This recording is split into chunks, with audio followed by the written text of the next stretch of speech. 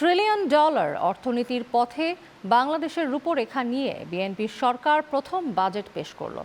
গণতান্ত্রিক, মানবিক ও অন্তর্ভুক্তিমূলক অর্থনীতির অভিযাত্রা এই প্রতিপাদ্যে জাতীয় সংসদে অর্থমন্ত্রী আমির খসরু মাহমুদ চৌধুরীর রেকর্ড প্রায় 9,38,000 কোটি টাকার বাজেট উপস্থাপন করেন।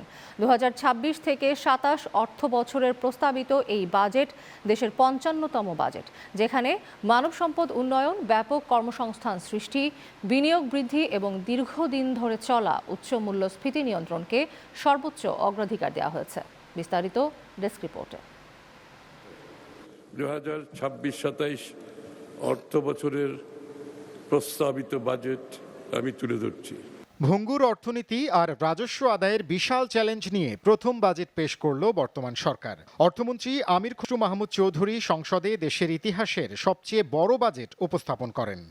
দেশের অর্থনীতির ভগ্নদশার পাশাপাশি বৈশ্বিক অস্থিরতার তৈরি হওয়া নতুন ঝুঁকিসমূহ মোকাবিলার প্রত্যয়কে কেন্দ্র রেখেই আমরা এবারের বাজেট স্থিতিশীলতা, বিনিয়োগ, উৎপাদন, কর্মসংস্থান, সর্বোপরি ন্যায্যতাকে মূল বিবেচনায় নিয়ে পরিকল্পনা করেছি। প্রায় 9,38,000 কোটি টাকার এই বাজেটে রাজস্ব আয়ের লক্ষ্যমাত্রা ঠিক করা হয়েছে 6,95,000 কোটি টাকা, যেখানে ঘাটতি 2,43,000 কোটি টাকা।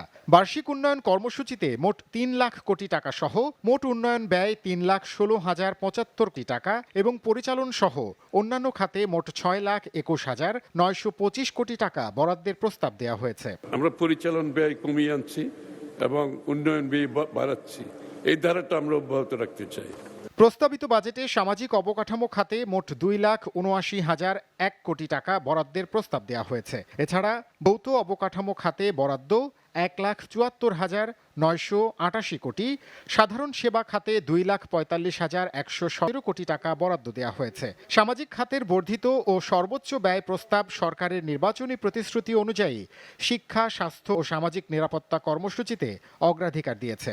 এর মধ্যে শিক্ষাতে বরাদ্দ জিডিপির 2% এবং স্বাস্থ্য খাতে 1.01%, আর সামাজিক নিরাপত্তা খাতে বরাদ্দ 2026-27 অর্থ বছরে 1,44,338 কোটি টাকা।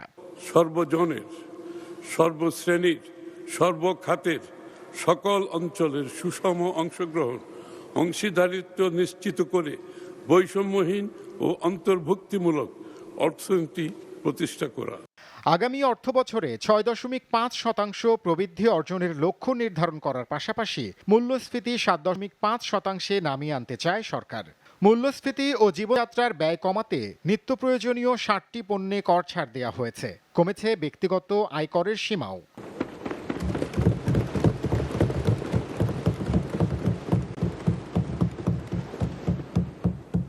বিদেশি বিনিয়োগ আকৃষ্ট করতে বাজেটে ব্যবসা বান্ধব পরিবেশ নিশ্চিতের প্রতিশ্রুতি দিচ্ছে সরকার। প্রযুক্তি বান্ধব ফ্রিল্যান্সার এবং নতুন উদ্যোক্তাদের জন্য সুখবর দিয়েছেন অর্থমন্ত্রী।